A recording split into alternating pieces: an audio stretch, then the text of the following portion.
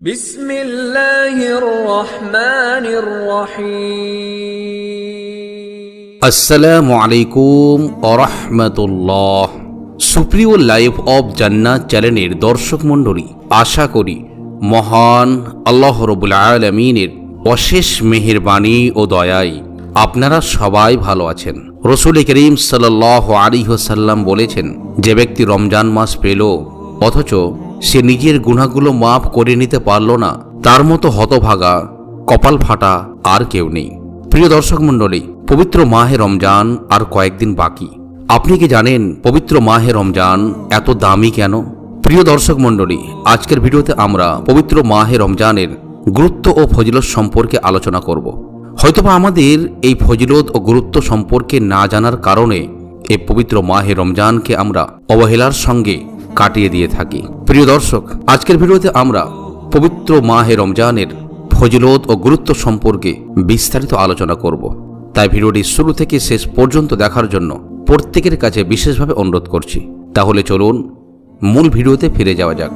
ইসলামের মৌলিক 5টি স্তম্ভ রয়েছে, সেগুলোর মধ্যে রমজান মাসের রোজা অন্যতম ও অত্যন্ত গুরুত্বপূর্ণ। দ্বিতীয় হিজরিতে কোরআনের আয়াতের মাধ্যমে আল্লাহ তাআলা উম্মতের উপর রোজা ফরজ করেছেন। রমজানের রোজা কেউ যদি অস্বীকার করে সে ইসলাম থেকে বের হয়ে যাবে, অর্থাৎ সে কাফের হয়ে যাবে।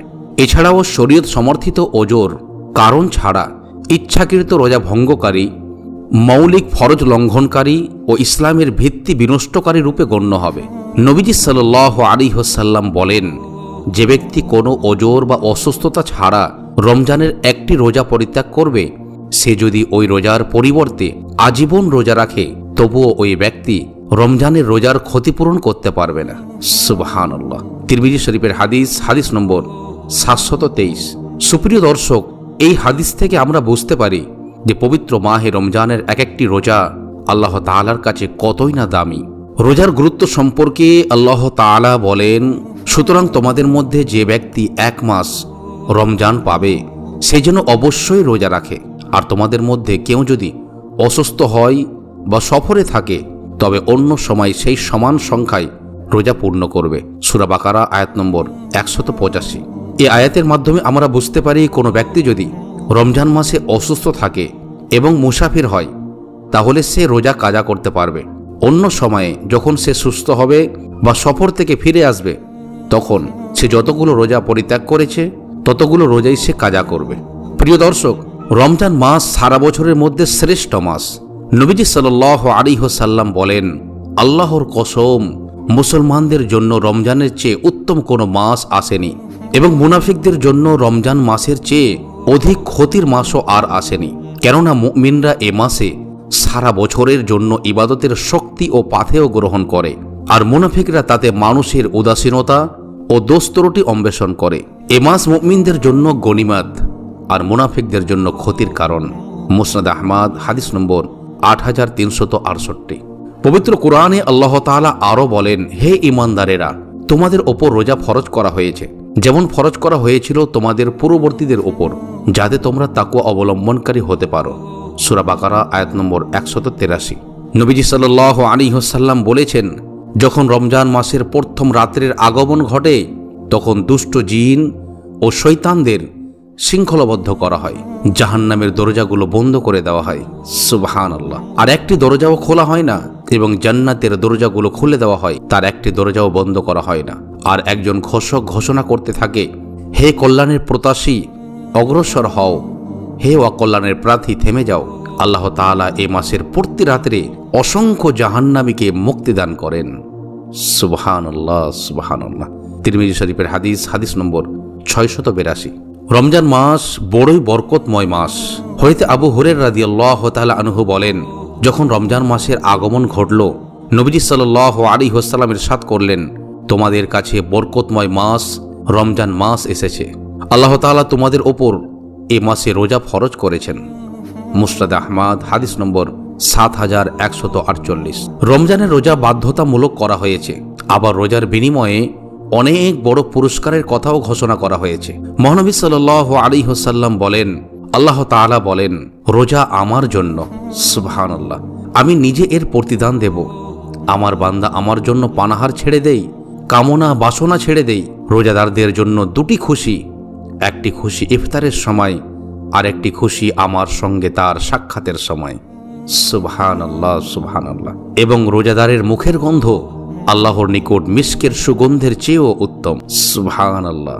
বুখারী শরীফের হাদিস, হাদিস নম্বর ৭৪৯২। এ মাসে মানুষের প্রত্যেকটি আমল বৃদ্ধি করে দেওয়া হয়। একটি নেকি 10 গুণ থেকে 700 গুণ পর্যন্ত বৃদ্ধি করা হয়। সুবহানাল্লাহ। আল্লাহ তাআলা ইরশাদ করেন, কিন্তু রোজার ব্যাপারটি ভিন্ন, কারণ রোজা আমার জন্য, সুতরাং তার প্রতিদান আমি নিজেই প্রদান করব। আল্লাহু আকবার। বুখারী শরীফের হাদিস, হাদিস নম্বর 1894। সুপ্রিয় দর্শক মণ্ডলী, রোজাদারদের জন্য আল্লাহ তাআলা জান্নাতে এক বিশেষ দরজা তৈরি করে রেখেছেন। জান্নাতের একটি ফটক আছে, তার নাম হলো রাইয়ান। কিয়ামতের দিন রোজাদারগণ সেই ফটক দিয়ে, অর্থাৎ সেই দরজা দিয়ে জান্নাতে প্রবেশ করবে। অন্য কেউ সেই ফটক দিয়ে বা দরজা দিয়ে প্রবেশ করতে পারবে না। ঘোষণা দেওয়া হবে, রোজাদারগণ কোথায়? তখন তারা উঠবে, তারা ছাড়া অন্য কেউ যাবে না। তখন তারা জান্নাতে প্রবেশ করবে। তখন রাইয়ান ফটক বন্ধ করে দেওয়া হবে, সুতরাং আর কেউ এই ফটক দিয়ে প্রবেশ করতে পারবে না। সুবহানাল্লাহ। বুখারী ও মুসলিম শরীফের হাদিস। আর যে ব্যক্তি সে রাইয়ান গেট দিয়ে প্রবেশ করবে, সে আর কখনো পিপাসার্ত হবে না। আল্লাহু আকবার। হযরত আবু হুরায়রা রাদিয়াল্লাহু তাআলা আনহু বলেন, রমজান মাস লাভকারী ব্যক্তি যিনি উত্তম রূপে সিয়াম ও কিয়াম পালন করে, তার পুরস্কার রমজান শেষে গুনাহ থেকে ওই দিনের মতো পবিত্র হয় যেদিন মায়ের গর্ভ থেকে ভূমিষ্ঠ হয়েছিল। সুবহানাল্লাহ, সুবহানাল্লাহ। মুসান্নাফ ইবনে আবি শাইবা, হাদিস নম্বর 8966। এই হাদিস থেকে আমরা বুঝতে পারি, কোনো ব্যক্তি যদি রমজানের শুরু থেকে শেষ পর্যন্ত শুধুই মাত্র মহান আল্লাহ তাআলাকে খুশি করার উদ্দেশ্যে রোজা করে, আল্লাহ তাআলা তার সব গুনাহগুলো মাফ করে দেন। সুবহানাল্লাহ। প্রিয় দর্শক মণ্ডলী, শুধু তাই নয়, পবিত্র মাহে রমজান দোয়া কবুল ও জাহান্নাম থেকে মুক্তির মাস। এ মাসে অসংখ্য মানুষের দোয়া কবুল করা হয়, আবেদন মঞ্জুর করা হয়, জাহান্নামের নাম জাহান্নামের তালিকা থেকে মুছে ফেলা হয়। সুবহানাল্লাহ। দোজখ থেকে মুক্তির ঘোষণা দেওয়া হয়।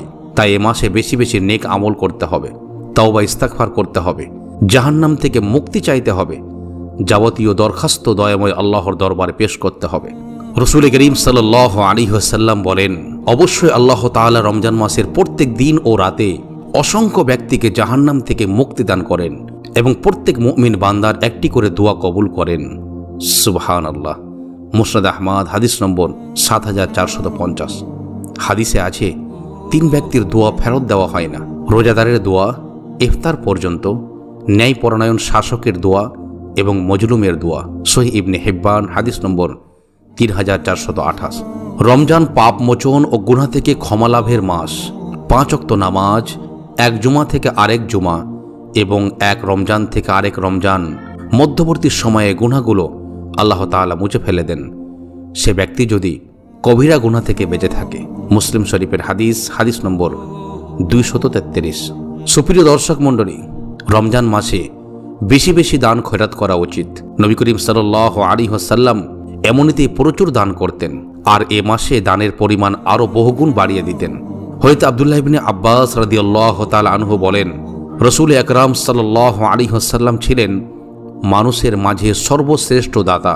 তার দানশীলতা অধিকতর বৃদ্ধি পেয়ে যেত রমজান মাসে, যখন জিবরাইল আলাইহিস সালাতু সালাম তার সঙ্গে সাক্ষাৎ করতেন। জিবরাইল আলাইহিস সালাতু সালাম রমজানের প্রতি রাত্রে আগমন করতেন এবং তারা পরস্পর কোরআন শোনাতেন। আল্লাহ রাসূল সাল্লাল্লাহু আলাইহি ওয়াসাল্লাম তখন কল্যাণবাহী বায়ুর চেয়েও অধিক দানশীল হয়ে যেতেন। সুবহানাল্লাহ। মুসলিম শরীফের হাদিস, হাদিস নম্বর 2308।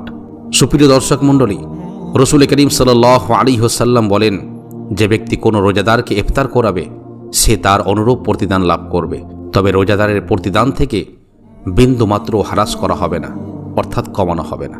তিরমিজি শরীফের হাদিস, হাদিস নম্বর 807। সুপ্রিয় দর্শক, এছাড়াও পবিত্র মাহে রমজানের আরও অনেক ফজিলত রয়েছে। আশা করি আপনারা বুঝতে পেরেছেন যে পবিত্র মাহে রমজান কেন এত দামি। প্রিয় দর্শক, আজকে ভিডিও এ পর্যন্ত ছিল। ভিডিওটি ভালো লাগলে লাইক করবেন এবং এই ধরনের ভিডিও পেতে আমাদের চ্যানেলটি সাবস্ক্রাইব করে আমাদের সঙ্গেই থাকবেন। আবার কথা হবে অন্য কোনো ভিডিওতে ইনশাআল্লাহ। আসসালামু আলাইকুম ওয়া রাহমাতুল্লাহি ওয়া বারাকাতুহু।